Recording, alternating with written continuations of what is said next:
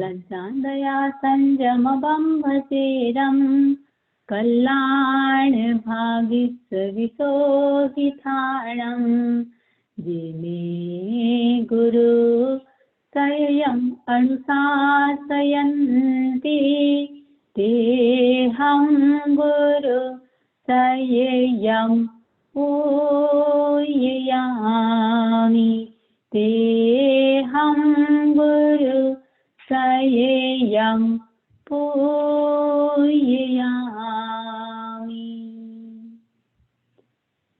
प्रसंग चल रहा है उत्तराध्ययन का। उत्तराध्ययन का 10वां अध्ययन द्रुमपत्रयम्।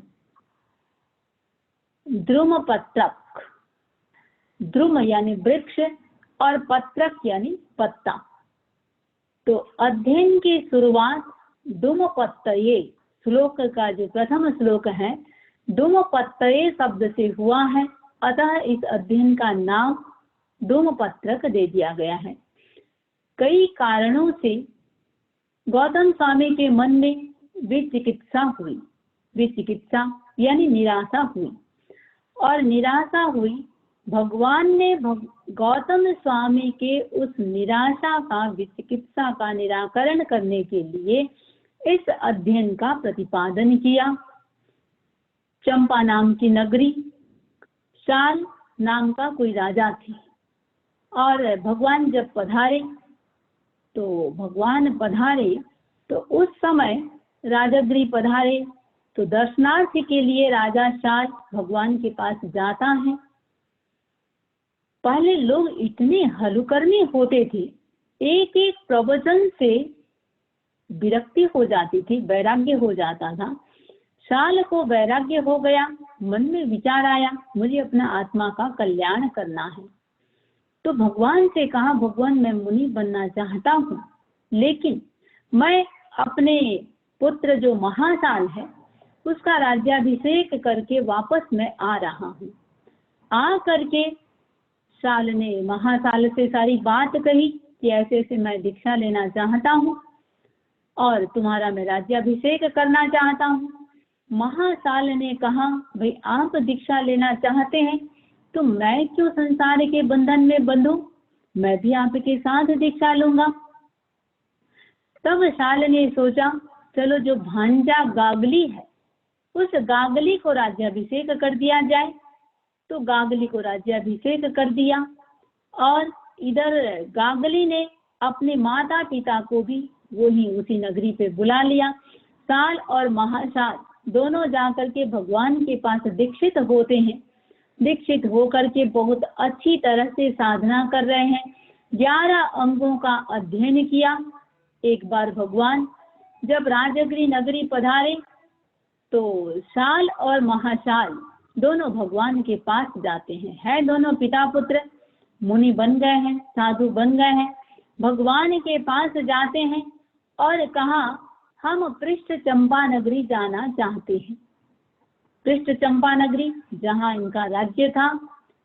तो साथ में ये भी कहा कि संभव है कोई सम्यक दर्शी बन जाए तो हम जाना चाहते हैं।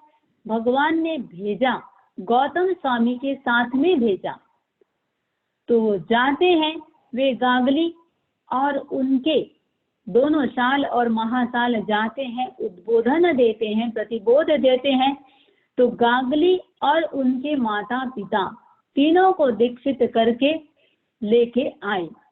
अब पांचों, इधर शाल, महाशाल, गागली और गागली के माता पिता, पांचों की पांचों गौतम स्वामी के साथ भगवान के पास आ रहे हैं।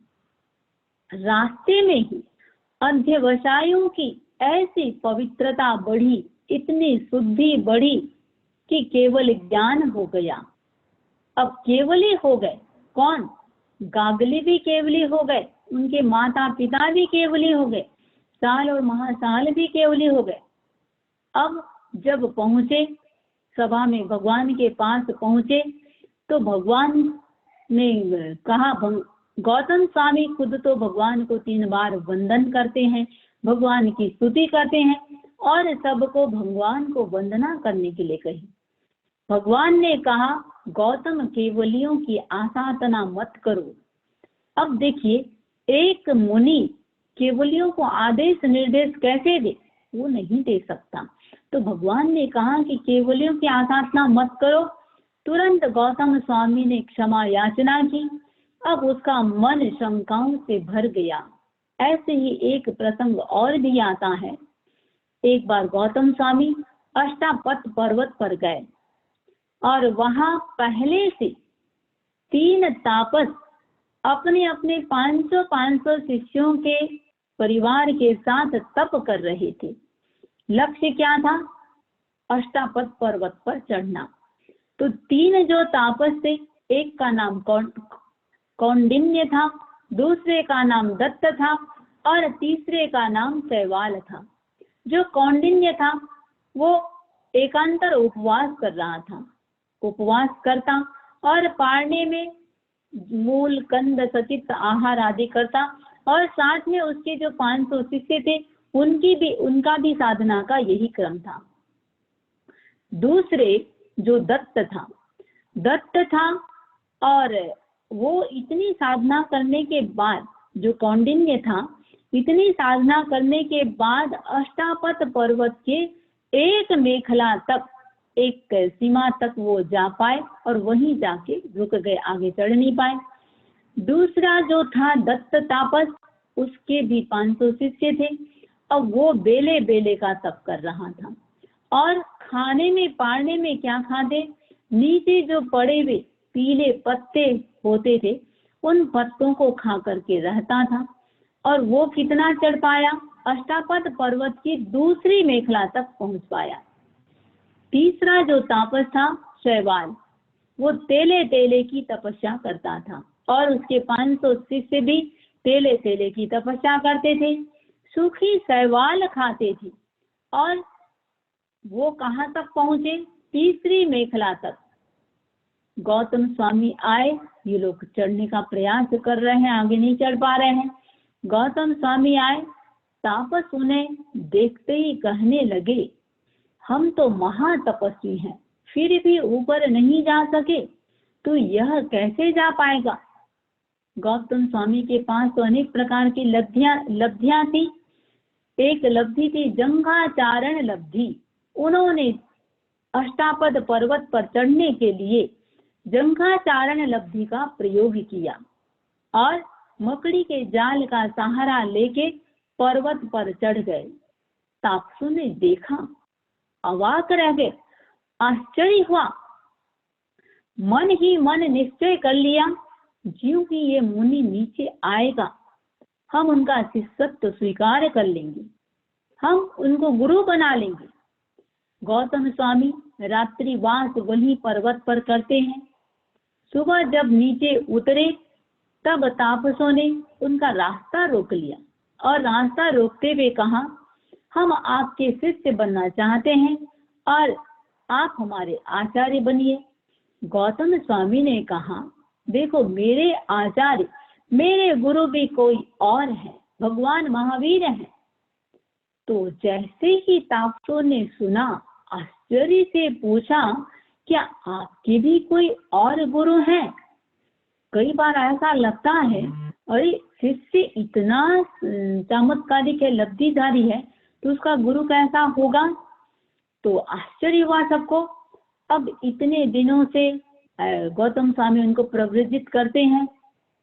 प्रव्रजित करके मन में विकल्प आया, इतने समय से ये भूखे थे, तो भूखे थे, तपस्या कर रहे थे, इनको पारना करवा दो। तो गौतम स्वामी एक पात्र लेके जाते थे। अब 1500 तापसों को खिलाना, पात्र है एक छोटा सा। मन में आया, चलो गोत्र लेके ले आता हूँ। गए किसी के घर में तो खीर मिला उनको। वो एक छोटे से पात्र का जो खीर था, 15 तापसों को भरपेट अच्छी तरह से उनको खिलाया। अब खीर सब खा रहे हैं। भोजन में बोलते हैं 23 तीर्थंकरों को, भगवान ऋषभ को छोड़ करके बाकी 23 तीर्थंकर जब भी दीक्षा लेते हैं, तपस्या में ही दीक्षा लेते हैं, और 23 तीर्थंकरों ने अपने तपस्या का पारणा क्षीर से किया था। भगवान ऋषभ इक्षु से किए थे। तो क्षीर को परमान्न माना गया है, परम अन्न माना गया है। तो गौतम स्वामी इन 1500 तापसों के लिए खीर लेके आए थे। और एक जो लब्धि होती है अक्षीण महानस लब्धि, उस लब्धि का प्रभाव ये होता है, जब तक वो व्यक्ति नहीं खा ले तब तक उस पात्र से कितना ही निकालते जाओ, कितना ही निकालते जाओ, वो अखूट खजाना बन जाता है, वो खत्म नहीं होता।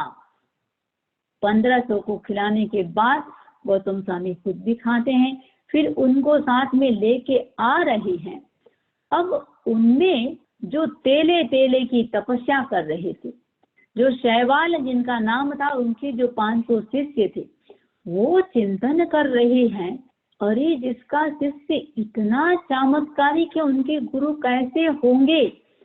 सिर्फ चिंतन चिंतन से उसी समय उन 500 तापसों को केवल ज्ञान हो जाता है। बाकी साथ में वो उनके चल रहे हैं गौतम स्वामी के, और जो बेले बेले का तप करने वाले हैं दत्त और उनके जो बाकी 500 शिष्य थे, जैसे ही भगवान के समवसरण के निकट आते हैं, भगवान के छत्र आदि जो अतिशय देखते हैं, अतिशय देखते ही उनको भावों की विशुद्धि हुई और उनको भी केवल ज्ञान हो गया। और तीसरा जो कौंडिन्य आदि 500 शिष्य हैं, उनके साथ उनको भी जैसे ही भगवान को देखा, देखने के साथ ही उनके भी अध्यवसायों की निर्मलता हुई और उनको भी केवल ज्ञान हो गया। 1500 शिष्य जिनको गौतम स्वामी दीक्षित करके साथ में लेके जा रहे हैं, सबको केवल ज्ञान हो गया है। अब गौतम स्वामी इस बात से बिल्कुल अनभिज्ञ हैं, उनको पता नहीं कि मैं जिनको दीक्षित करके लाया हूँ उनको केवल ज्ञान हो चुका है। अब जैसे ही सभी भगवान के पास आए, गौतम स्वामी ने वही भगवान की वंदना की, स्तुति की, और जो सभी तापस मुनि जो केवली हो गए हैं, वो सारे के सारे केवलियों के परिषद की ओर जाने लगे। गौतम स्वामी को आश्चर्य हुआ, उन्होंने कहा, अरे पहले भगवान को वंदना करो और उधर किधर जा रहे हो, वो केवलियों का खेमा है। भगवान ने कहा, गौतम केवलियों की आसाधना मत करो। अब इनका धैर्य का बांध टूट गया, मिच्छामि दुक्कड़म किया। और कहते हैं पहले जब जब भी ऐसा जब प्रसंग आता था, वो बहुत ज्यादा खिन्न हो जाते थे। तो भगवान तो मन की बात जानते थे, केवली थे, भगवान मन की बात जान गए और गौतम स्वामी को संबोधित करके ये उत्तराध्ययन का जो 10वां अध्ययन है, धूमपत्तयम, ये धूमपत्तय 10वां अध्ययन भगवान ने गौतम स्वामी को कहा। पूरे उत्तराध्ययन में 36 अध्ययन है। देखिए 36 अध्ययन पूरे उत्तराध्ययन में है, और केवल ये जो 10वां अध्ययन है, इस अध्ययन में भगवान गौतम स्वामी को संबोधित करके 36 बार कहा है, समयम गोयम मापमायये। कितना? 36 टाइम भगवान बार बार रिपीट कर रहे हैं, हे गौतम क्षण मात्र भी प्रमाद मत करो। वैसे गौतम स्वामी को तो भगवान ने निमित्त बनाया है, दिया सभी को उपदेश है, और सारे श्लोकों के साथ पीछे यही रिपीट किया है, समयम गोयम मापमाये, क्षण भर भी प्रमाद मत करो। अब देखिए, क्षण भर भी प्रमाद मत करो, यानी समय का मूल्यांकन करो, समय का अंकन करो। अब समय के अंकन की बात कही जा रही है, क्योंकि समय को अंकन की बात इसलिए कही जा रही है, इसको खरीदा नहीं जा सकता, और जो समय का अंकन कर लेता है वो कभी भी किसी भी परिस्थिति में पराजित नहीं होता। भगवान स्वयं, भगवान का विश्वास विजयी होने में था, पराजय में उन्हें पराजय शुरू से, बचपन से पराजय मान्य नहीं थी, वे पराक्रमी थे। और पराक्रमी हमेशा विजय में विश्वास करता है। जो कमजोर होता है, कायर होता है, वो व्यक्ति पराजय में चला जाता है। आचार्य महाप्रज्ञ जी कहते थे, अगर कोई मुझसे विजय का सूत्र पूछे तो उसके लिए उत्तर देना कठिन है। हाँ, यदि पूछा जाए पराजय का सूत्र क्या है, देखिए विजय का सूत्र उत्तर देना कठिन है, लेकिन पराजय का कोई सूत्र पूछता है तो पराजय का सबसे बड़ा कोई सूत्र है, पराजय यानी हार का सबसे बड़ा कोई सूत्र है, वो है प्रमाद। देखिए नींद एक प्रमाद है, विकथा एक प्रमाद है, आलस्य एक प्रमाद है, निछल्ला निकम्मा बैठे रहना एक प्रमाद है, हंसी मजाक करना एक प्रमाद है, नशे में चले जाना, ये सारे की सारे प्रमाद हैं। भगवान ने कहा क्षण भर भी प्रमाद मत करो, निरंतर जागरूक रहो। अब देखिए क्षण भर भी प्रमाद मत करो, तो मैं सोचती हूँ पहले क्षण को समझें। क्षण का मतलब क्या होता है, समय की गणना कैसे की जाती है। व्यवहार में अपन देखते हैं सबसे छोटा समय किसको कहेंगे आप, एक सेकंड। मेरे ख्याल से सेकंड कितना छोटा होता है तो सेकंड को बहुत छोटा कहेंगे, लेकिन भगवान कह रहे हैं जो एक सेकंड बोल रहे हैं या जो छोटा समय बोल रहे हैं, असंख्य समय बीतता है तब एक सेकंड होता है। अब छोटे से उदाहरण से समय को भी समझ सकते हैं।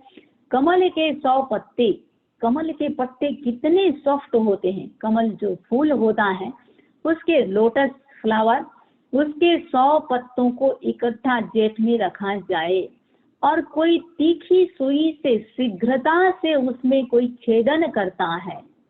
अब शीघ्रता से छेदन करता है, छेदन करने वाले को क्या लगेगा, मैंने एक सेकंड में सारे की सारे का एक साथ छेदन कर दिया। लेकिन मान के चलें पहले समय में पहले पत्ते का छेदन होता है, दूसरे समय में दूसरे पत्ते का छेदन होता है। ये जो लग रहा है एक सेकंड में मैंने छेदन किया, असंख्य समय बीतता है तब कहीं वो कमल के पत्तों का छेदन हो रहा है। भगवान गौतम स्वामी को कह रहे हैं उतना सा समय भी, देखिए क्षण यानी जो एक सेकंड बोल रहे हैं वो असंख्य समय बीत रहा है, उतना सा समय भी है गौतम तुम प्रमाद मत करो, वेस्ट मत करो।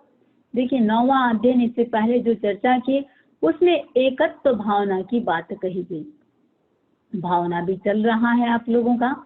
और 10वां अध्ययन में भगवान अनित्य भावना की बात कर रहे हैं।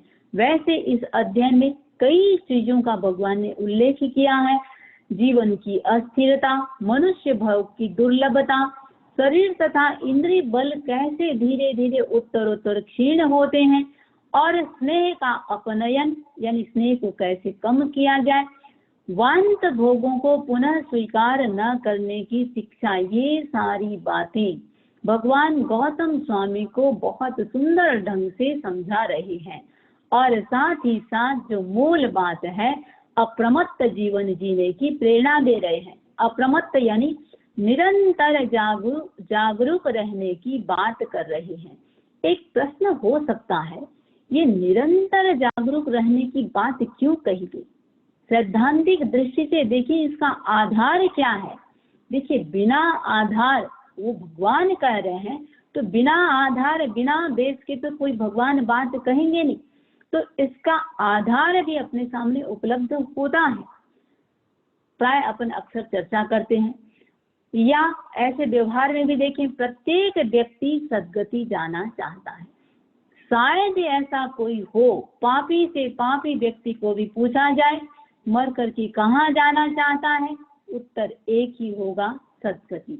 दुर्गति में कोई नहीं जाना चाहता, तो कोई नहीं चाहेंगे नरक जाए, कोई नहीं चाहेंगे गधा बने, बैल बने, कोई नहीं चाहेंगे। निरंतर कौन भार ढोता रहे, ऊपर से भार सहन करना और साथ में भार तो ढोना ठीक है, और ऊपर से कितना व्यक्ति को परिश्रम और भी सहन करना होता है। तो हर जीव का एक लक्ष्य रहता है, इंसान का स्वभाव बन जाता है। आज हम जहाँ हैं कल हम वहाँ न रहें, उससे भी हमको अच्छी गति मिले। व्यापार में भी बहुत अच्छी स्थिति होने के बावजूद भी एक लक्ष्य बन जाता है और कैसे विकास करूं। तो गति के दृष्टि से भी सबका भाव रहता है कि हमको और अच्छी कैसे गति मिले।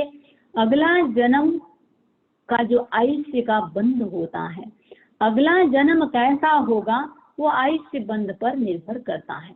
आयुष्य का बंध कब होगा पता नहीं है। तो इसलिए भगवान ने कहा ऐसी स्थिति में क्या करें। ऐसी स्थिति में व्यक्ति निरंतर जागरूक बने रहे, कंटिन्यू, क्योंकि किस समय आयुष्य का बंद होगा और मर करके कहाँ जाएगा कुछ भी पता नहीं। तो सुखद भविष्य का आधार यदि हमको बनाना है तो आधार क्या बन रहा है, निरंतर जागरूक रहना। जब मनुष्य सोता है, आप लोग सोते हैं तो क्या करते हैं, बहुत सारी व्यवस्थाएं करते हैं। किसकी, घर की सुरक्षा की। बार बार गेट जाके देखेंगे कहीं खुला तो नहीं रह गया है। स्वयं की व्यवस्था करते हैं, भाई कोई चोर घुस न जाए, किसी प्रकार का अटैक न कर दे। इतनी सारी व्यवस्थाएं करते हैं। घर में सिक्योरिटी अलार्म लगाते हैं। तो आयु बंध के साथ जब इतनी सी जीवन के लिए हम इतनी व्यवस्था सोचते हैं, आयु बंध के साथ तो पूरे जीवन का सवाल जुड़ा हुआ है। तो इसीलिए भगवान कह रहे हैं हर पल जागरूक रहो। अब देखिए जागरूकता भी एक साधना की एक भूमिका आती है, उसको यथालंदक कहते हैं। अब यथालंदक इसमें प्रति क्षण जागरूक रहना होता है। कोई उपवास नहीं करते, कोई तप नहीं करते, दूसरी कोई साधना नहीं, इसमें रहना क्या होता है, केवल जागरूक। जागरूकता भी कितनी, कोई व्यक्ति हाथ धोता है, हथेली हाथ धोया तो हथेली गीली है, तो हथेली की जो रेखाएं हैं, हथेली सूखने के बाद भी हथेली की गीली रेखा सूखे इतना देर भी यदि उस साधना में जो यथालंदक मुनि की साधना होती है, इतना सा देर भी प्रमाद आ जाए तो कितना प्रायश्चित, बेले का 2 दिन का उपवास का प्रायश्चित आता है। तो बेला प्रायश्चित स्वरूप आता है। और ये स्थिति कब बनेगी, 5वें गुण स्थान में नहीं आएगा, 6ठे गुण स्थान में भी नहीं आएगा, क्योंकि 6ठा गुण स्थान खुद प्रमाद का गुण स्थान है, प्रमत्त गुण स्थान है। ये आता है 6ठे के बाद, जो 7वां गुण स्थान आदि होता है, उस स्थिति में ये आ सकता है। तो अब बात कर रहे हैं, देखिए कि प्रति क्षण अप्रमत्त रहना, यानी समय का अंकन करना। तो मुझे इस क्षण वह काम करना है जो मूल्यातीत हो। समय का अंकन कैसे होगा, जो मूल्यातीत हो। मूल्यातीत क्या है, इस चेतना की जागृति से ही समय का अंकन हो सकता है। क्या क्या मूल्यातीत हो सकता है, पवित्रता, प्यूरिटी मूल्यातीत है, प्रसन्नता ये मूल्यातीत है।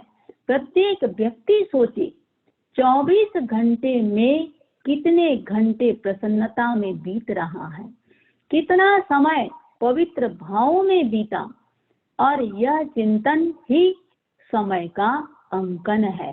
और जो विजय की बात कर रहे हैं, यही विजय का आधार भी है, बेस भी है।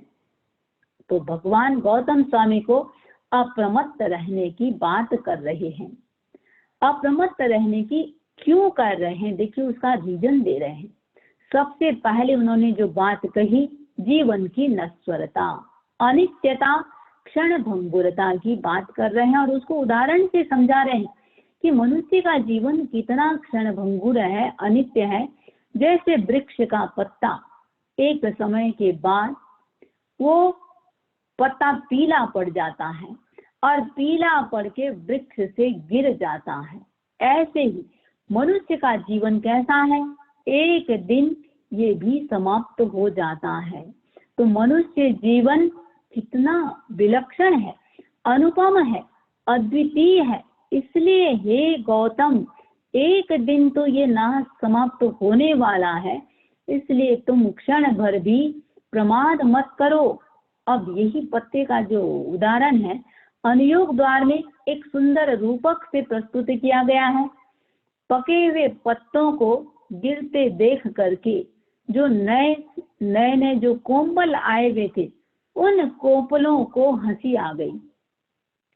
तब पके पत्तों ने कहा, देखो एक दिन हम भी वैसे ही थे जैसे आज तुम हो, और एक दिन तुम भी वैसे ही बन जाओगे जैसे आज हम हैं।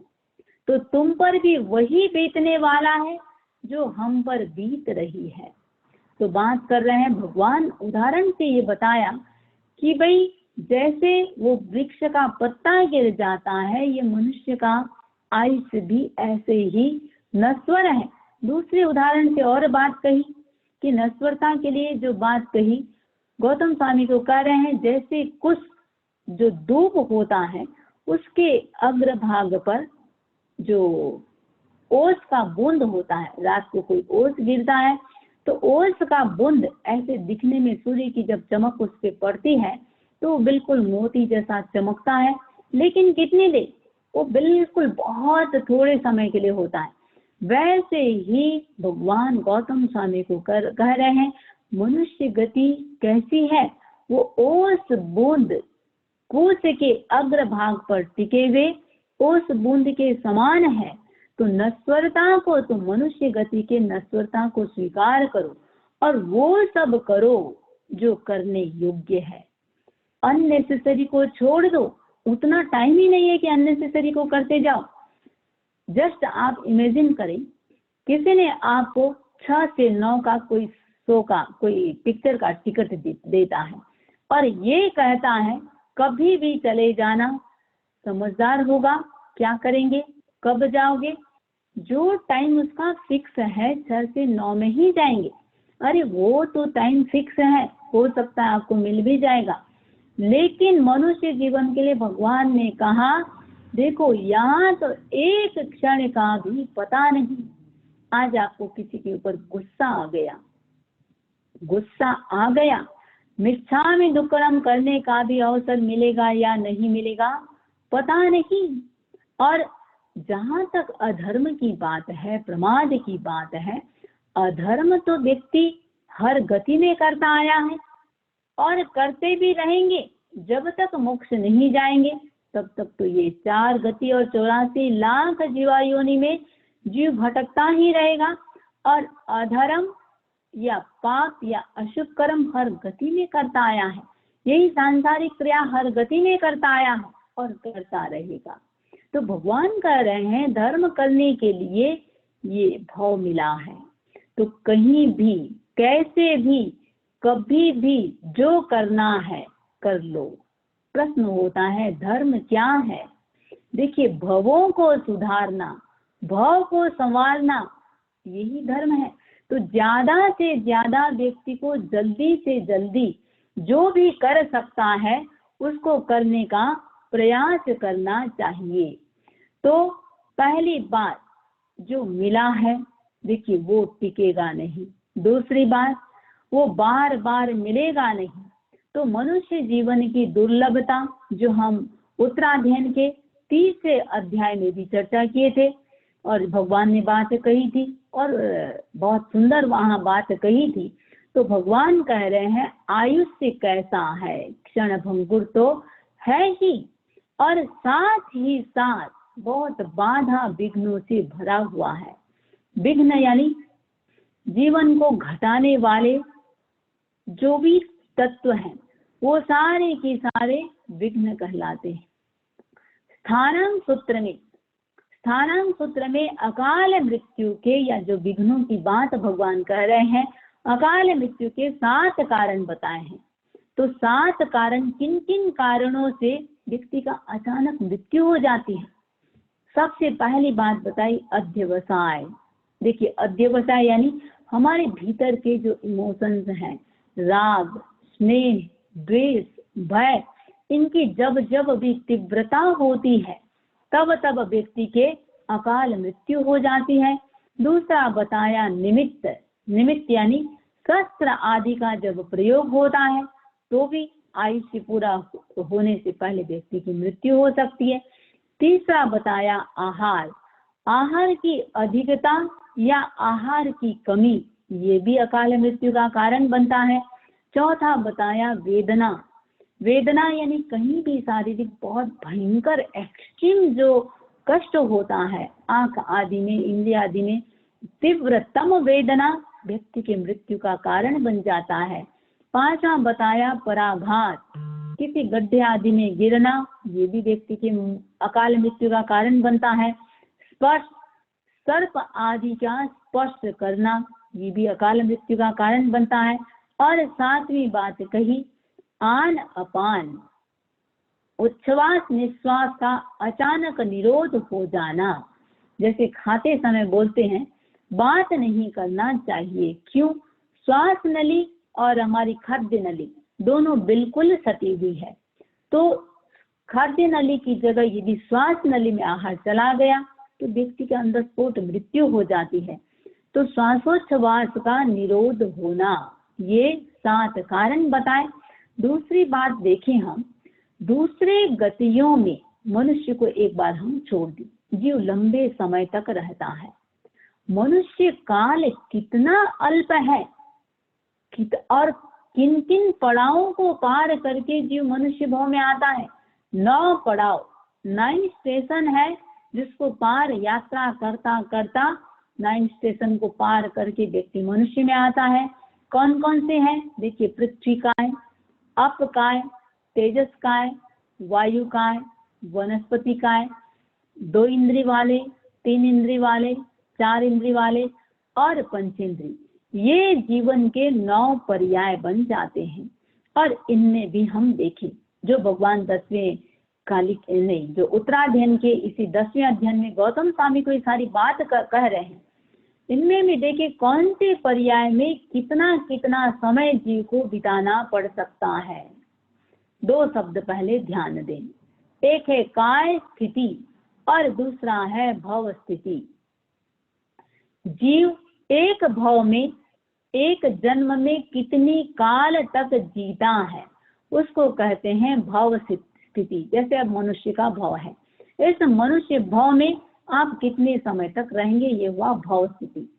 मरने के बाद फिर वहीं पैदा होना, इसको कहते हैं काय स्थिति। अब देवता और जो नारकी होते हैं वो पुनः देवता मर करके देव नहीं बनते, नारकी मर करके नरक में फिर से पैदा नहीं होते। तो ये क्या है? ये उनकी भव स्थिति हुई, ये काय स्थिति नहीं है। तिर्यंच और मनुष्य मर करके पुनः तिर्यंच और मनुष्य, तिर्यंच में पैदा हो सकता है, मनुष्य में पैदा हो सकता है, ये हो जाती है भव स्थिति। तो भगवान कह रहे हैं देखिए, पृथ्वी काय, अप काय, तेजस काय और वायु काय के जीव लगातार, यानी वहां का एक बार आयुष्य पूरा हुआ फिर आयुष्य पूरा हुआ, फिर वही जन्म लेना, कितने समय तक? असंख्य उत्सर्पिणी, संख्य नहीं है, असंख्य उत्सर्पिणी अवसर्पिणी परिमित काल तक उसी जिस जहां पैदा हुआ था वापस उसी स्थान में वो जन्म लेते रहते हैं। और वनस्पति के जो जीव हैं अनंत काल तक, बाकी 4 काय के सिर्फ असंख्य उत्सर्पणी अवसर्पणी काल तक, वनस्पति के जीव अनंत काल तक वनस्पति में ही रह जाते हैं। जहां तक द्विंद्री, तीन्द्री और चतुरिंद्री की बात है, हजारों वर्षों तक अपने अपने जहां पैदा हुए थे वहीं के वहीं फिर से पैदा हो सकते हैं, पुनः वहीं पर जन्म ले सकते हैं। और 5 इंद्रियों वाली जो बात है, 5 इंद्रिय वाले जो जीव हैं वो लगातार, पंचेंद्रिय भी कौन? संगी पंचेंद्रिय की बात कर रहे हैं अपन, चाहे वो तिर्यंच है चाहे मनुष्य है, तो 7-8 जन्म ले सकते हैं। 5 इंद्रिय वाले जो तिर्यंच जीवों की भी काय स्थिति कहा गया है, जघन्यता उनका अंतर्मोह तो हो सकता है, और उत्कृष्टतः 3 पल्योपम और साथ में पृथक पूर्व कोटि यानी 2 से लेके 9 पूर्व कोटि तक उनका आयुष्य हो सकता है। तो 3 कलयुगम का आयुष्य किसका होता है? जो यौगलिक तिर्यंच होते हैं उनका 3 कलयुगम का आयुष्य, और 5 इंद्रिय वाले तिर्यंच का उत्कृष्ट भव स्थिति को देखें तो 1 पूर्व कोटि ऐसे 7 भवों का कालमान 7 कोटि पूर्व का हो गया। तो कोई तिर्यंच जीव 7 भव इस अवधि को करता है। 7 भव यानी 7-8 की हम जो बात कर रहे हैं, तो 7 कोटि पूर्व तक कंटिन्यू उसी में वो रह सकता है। 8वां भाव किसका होगा? यदि उसने तिर्यंच का आयुष्य बांध लिया है तो यौगलिक का आयुष्य का बंध करेगा, और उसके बाद यौगलिक के बाद एक बार 7-8 के बाद एक बार वहां से वो जाएगा। ऐसे ही तो कुल मिला के तिर्यंच का आयुष्य भी कितना हो गया काय स्थिति की अपेक्षा? 3 कलयुगम प्लस 7 कोटि पूर्व। अब मनुष्य का देखें हम, मनुष्य का 7 भाव कंटिन्यू, मनुष्य वापस फिर मनुष्य फिर मनुष्य। यदि वो मनुष्य का आयुष्य बंध बार बार कर रहा है तो 7 भाव वो कर सकता है। 7 भाव के बाद फिर मनुष्य के आयुष्य का वो बंध किया तो वो क्या करेगा? मनुष्य का आयुष्य बांधा है तो 8वां जो भाव होगा वो यौगलिक मनुष्य का होगा, और उसके बाद फिर वहां से यौगलिक में गया है वहां से वो देवलोक जाएगा। यानी मनुष्य का भोग कितना हुआ? देखिए बाकी जो हम देखे थे असंख्य उत्सर्पणी अवसर्पणी काल तक वही रह रहे हैं। वनस्पति के जीव अनंत काल तक रह रहे हैं, बेंदी तेंद्रिय जी के जीव भी असंख्य हजारों वर्ष तक वही रह रहे हैं। मनुष्य का देखें हम सिर्फ 7-8 भाव कर सकता है, और बाकी सारे कितने कितने समय वहां पर बिता रहे हैं। अब देखिए हम देवता और नारकी को भी, मनुष्य का तो कितना थोड़ा हुआ, देवता जो नारकी है उनका भाव भी एक बार कोई देव बन गया या नारकी में चला गया कितना लंबा आयुष्य होता है, और तिर्यंच संगी का भी लंबा हुआ।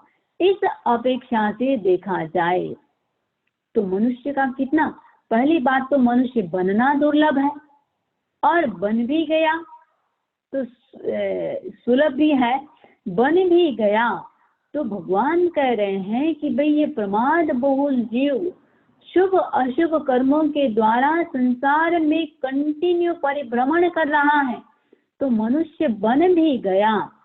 आर्य कुल का मिलना दुर्लभ, आर्य देश में भी उत्पन्न हो गया, तो 5 इंद्रियां मिलना दुर्लभ, 5 इंद्रियां का पूर्ण स्वस्थ होना दुर्लभ है, क्योंकि बहुत सारे बैरियर हैं, 1 नहीं 2 नहीं, बैरियर ही बैरियर है।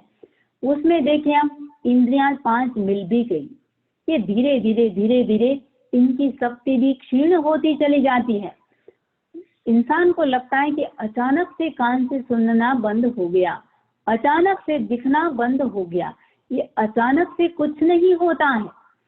कैसे होता है? एक रिसर्च हुआ, सबसे पहले व्यक्ति के 5 इंद्रियों में चक्षु इंद्रिय ह्रास होना प्रारंभ होता है, उसके बाद श्रोतेंद्रिय, घ्राणेंद्रिय, रसनेंद्रिय आदि होते हैं। तो आंख के लेंस के लिए कहा गया उनका जो लचीलापन है वो 10 वर्ष में ही लचीलापन कम होना प्रारंभ हो जाता है, और 60 वर्ष की उम्र में पहुंचते पहुंचते वो लेंस का लचीलापन तो धीरे धीरे समाप्त जैसा हो जाता है। अब कैसे समझेंगे? दूर तक व्यक्ति नहीं देख पाता है, कोई चीज साफ साफ नजर नहीं आता है, हल्के प्रकाश में कोई चीज को आप नहीं देख पा रहे हैं। ये सारा क्या है? धीरे धीरे शक्ति व्यक्ति की क्षीण होती चली जाती है। और वैसे भी वो एक जो कहावत भी है 40 का चश्मा, 40 के बाद तो वैसे भी प्रारंभ हो ही जाता है। स्वाद के लिए भी कहा गया, स्वाद की तेजी से कमी कहाँ से आती है? 50 वर्ष की उम्र में स्वाद रसन इंद्रिय का भी शक्ति धीरे धीरे घटने लगता है। घ्राण के लिए कहा गया 60 वर्ष की उम्र से घटने लगता है। और श्रवण के लिए कहा गया 20 वर्ष की उम्र से ये घटना प्रारंभ हो जाता है। और मस्तिष्क को देखें हम, मानव मस्तिष्क की ग्रहण शक्ति 22 वर्ष की उम्र में सबसे अधिक दिमाग जो काम करता है, 22 वर्ष की उम्र में सबसे अधिक काम करता है। उसके बाद बहुत अल्प गति से घटना प्रारंभ होता है और 40 वर्ष की उम्र के बाद जो अल्प गति थी उसकी गति का क्रम बढ़ जाता है। 80 वर्ष तक व्यक्ति का घटता है। उसके बाद 80 के बाद यदि कोई और ज्यादा जी रहा है फिर एक स्टेबल जैसा रह जाता है। ऐसे ही चाहे शारीरिक शक्ति देखें, मानसिक शक्ति देखें और वाचिक बोलने की शक्ति देखें, भगवान कह रहे हैं ये सारे की सारे क्षीण होते चले जाते हैं। अब शारीरिक शक्ति चाहे प्राण बल है, चाहे चलने बैठने उठने की जो शक्ति होती है, वाचिक एक व्यक्ति जितना बढ़िया से प्रारंभ में बोलता है एक उम्र की बात उसकी भी धीरे धीरे घटने लग जाती है। मानसिक देखें हम, ग्रहण करने की या किसी चीज को धारण करने की ये भी कम हो जाती है, मनोबल कम हो जाता है। ये सारा की सारा धीरे धीरे कम होने लगता है। तो भगवान कह रहे हैं 5 इंद्रियों और 3 जो बल शारीरिक मानसिक वाचिक की बात कर रहे हैं, ये धर्म करने के लिए सारे के सारे उपयोगी होते हैं। तो जिनको एक भी कमी है वो व्यक्ति इनका मूल्य समझ सकता है। हर व्यक्ति इसका मूल्यांकन नहीं कर सकता। जब तक समर्थ है तब तक इसका मूल्यांकन जल्दी से होता नहीं है। 92 ईयर्स की एक लेडी ने एक बात कही थी। उसने कहा महाराज मुझे पढ़ना इतना अच्छा लगता है लेकिन क्या करूं, आंखों से देखना नहीं के बराबर हो गया है, अक्षर दिखते नहीं है। तो मैं बात बता रही थी यानी कौन इसका मूल्यांकन कर सकता है जिसके ये सारे धीरे धीरे क्षीण पड़ जाते हैं। तो पहली बात हुई प्राप्ति, और प्राप्ति भी हो गई तो उसके बाद इसका सदुपयोग। अब भगवान कह रहे हैं कि देखिए धर्म का श्रवण दुर्लभ है क्योंकि बहुत सारे लोग कुतीर्थियों की सेवा करते हैं।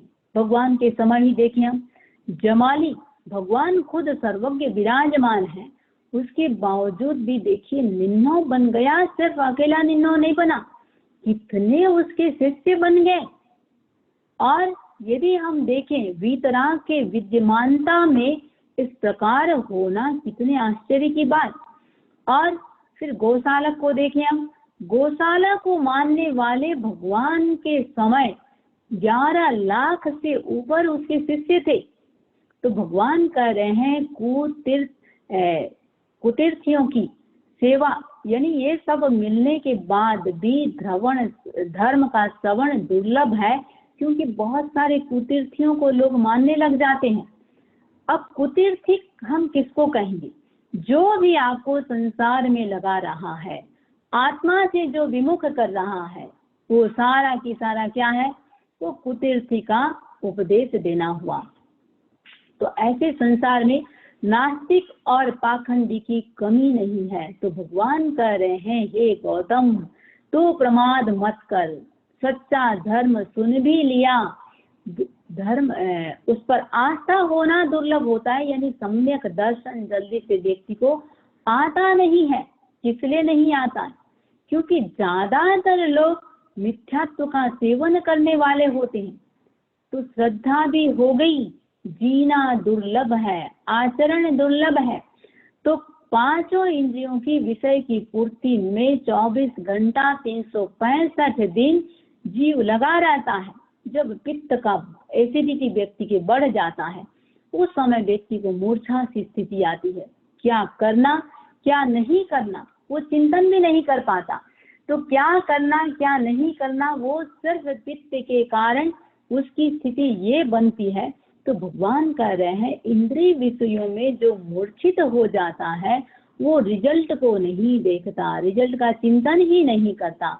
तो शरीर भी व्यक्ति का जीर्ण शीर्ण हो रहा है, केस सफेद हो रहे हैं, 5 इंद्रियां धीरे धीरे सारे क्षीण हो रहे हैं। हे गौतम तू प्रमाद मत कर। तो केस की जहाँ बात आई, देखिए पहले के जो राजा महाराजा होते थे एक भी सफेद केस आ जाता था तो तुरंत वो दीक्षा ले लेते थे। इसके लिए इनके लिए भी आता है राजा दशरथ के लिए। कौशल्या ने ऐसे ही एकदम से चमक करके एक बात कही थी जमदूत आ गया, भी कहाँ है यमदूत? तो तुरंत एक केस निकाल करके कहा था ये यमदूत आ गया। तो भगवान कह रहे हैं गौतम ये सारा की सारा सब तुम जान रहे हो, तो अब तुम प्रमाद मत करो। और शरीर के लिए साथ में भगवान कह रहे हैं ये शरीर भी कैसा है, व्याधि मंदिरम, बीमारियों का घर है। जो शरीर को बीमारियां एक बार आ जाती है शक्तिहीन बना देती है, सारे शक्ति को खत्म कर देती है। तो गौतम तुम प्रमाद मत करो। आगे भगवान ने कहा स्नेह मुक्त बनो। अब देखिए किसको कह रहे हैं, मना परज्ञानी है, लब्धिधारी है, और कह रहे हैं तुम स्नेह मुक्त बनो, राग से ऊपर उठो। गौतम स्वामी पदार्थों में आसक्त नहीं थे, विषय भोगों में भी अनुराग नहीं था। अनुराग किसके प्रति था? सिर्फ और सिर्फ भगवान के प्रति। भगवान वीतरागी थे तो भी वो नहीं चाहते उनसे कोई स्नेह के बंधन से बंधे। तो भगवान गौतम स्वामी को बोल रहे हैं तुम इस स्नेह से ऊपर उठो, और जहाँ तक तुमको जो केवल ज्ञान नहीं हो रहा है, ये तुम्हारा जो मेरे प्रति राग है, स्नेह है, आज का नहीं है, तो मेरा चिरकालीन संबंध ही रहा है। तेरा और मेरा संबंध कई जन्मों का संबंध है, लेकिन इस संबंध को भी भगवान ने कहा उसी तरह तुम इसका छेदन करो, काटो। जैसे शरद ऋतु का कमल होता है, कमल के लिए दो बातें आती है, एक तो निर्लिप्तता, कमल कभी पानी में रहता है लेकिन पानी से कभी लिप्त नहीं होता, तो पानी में रहते हुए जल जैसे अलिप्त रहता है। दूसरी बात, शरद ऋतु का जो कमल होता है हाथ से आराम से व्यक्ति तोड़ लेता है। तो भगवान कह रहे हैं तुम अपने इस स्नेह को, मेरे प्रति जो स्नेह है वैसे ही तोड़ दो जैसे व्यक्ति कमल को तोड़ देता है। तो संसार के सारे बंधनों को, वैभव को जब छोड़ करके तुम अनगार बन गए हो, वापस उसकी बात मत सोचना, काम भोगों को वापस तुम उसकी चिंतन भी मत करना। कितना तुम क्षण भर भी अप्रमत्त रह सकते हो। तो आगे भगवान ने सबसे जो महत्वपूर्ण बात कही, गौतम आज जिन नहीं दिख रहे हैं, जो भी कोई वीतराग नहीं दिख रहे हैं, और जो मार्गदर्शक हैं वो एकमत नहीं है। अगली पीढ़ियों को इस जो एकमत नहीं है, अगली पीढ़ियों को इसका कठिनाई का अनुभव वो करेंगे, लेकिन अभी मेरी उपस्थिति में जब तक मैं उपस्थित हूँ, तुझे पार ले जाने वाला हूँ, न्यायपूर्ण पथ तुमको प्राप्त है, इसलिए तुम प्रमाद मत करो। जब तक तीर्थ है, मार्गदर्शन सारे की सारे उनके मार्गदर्शन में तुम अपना कल्याण कर सकते हो। तो अब देखिए जब वीतराग नहीं होते हैं तो उस समय मार्गदर्शक क्या होता है, ग्रंथ बनते हैं। और ग्रंथ के दृष्टि से देखा जाए तो आज एक समय था जैन शासन एक था, लेकिन कालांतर में विभाग हो गए, श्वेतांबर और दिगंबर। एक ने भगवती आदि सूत्र को प्रमाण माना, दूसरे ने समय सार आदि सूत्रों को प्रमाण माना। समय बीता, उन्हीं आगमों के आधार पर कोई मूर्ति पूजक बन गया और कोई अमूर्ति पूजक।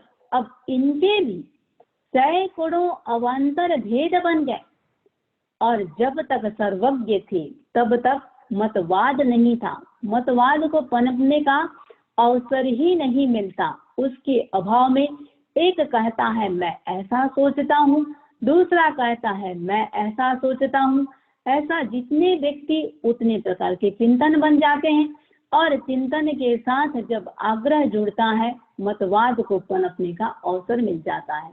भगवान कह रहे हैं ऐसा दुर्लभ अवसर आज मैं उपस्थित हूँ, ऐसा भविष्य में मिलने वाला नहीं है। अतः हे गौतम तुम क्षण भर भी प्रमाद मत करो। तुम कांटों से भरे मार्ग को छोड़ चुके हो और विशाल पथ पर आ चुके हो। दो प्रकार के कांटे, एक द्रव्य कांटा और दूसरा भाव कांटा। कांटे जो बबूल आदि के होते हैं वो भाव कांटा जो मिथ्यात्व आदि है, उनको छोड़ करके तुम विशाल मार्ग पर आ चुके हो। विशाल मार्ग कौन सा है? सम्यक ज्ञान, सम्यक दर्शन, सम्यक चारित्र, अब क्षण भर भी प्रमाद मत करो।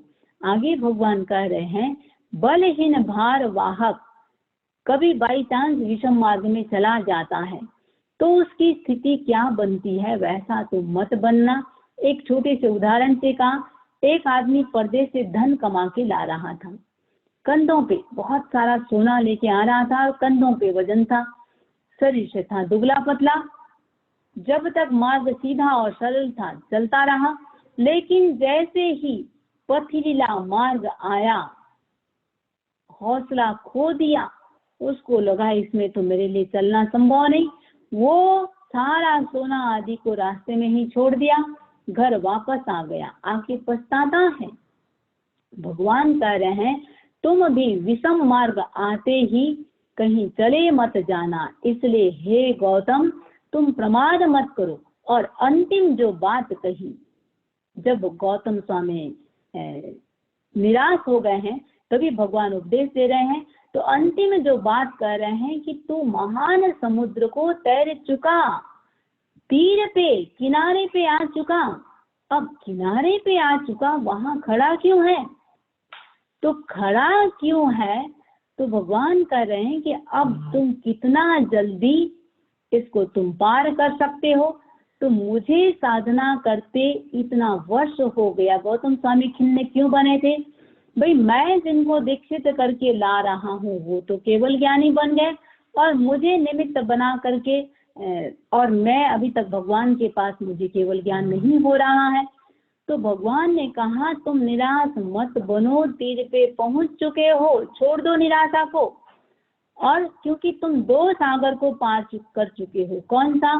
भव सागर को पार कर चुके हो और कर्म के सागर को, दोनों को पार कर चुके हो।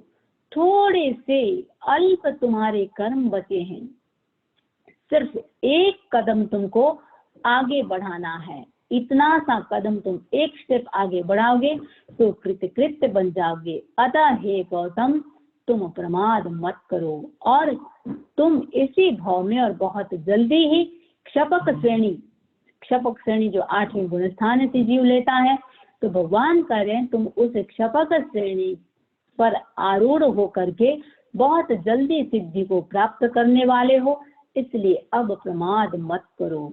तो गौतम स्वामी ने भगवान की शिक्षा को धारा और राग द्वेष का छेदन करके बहुत जल्दी ही सिद्धि गति को प्राप्त हुए।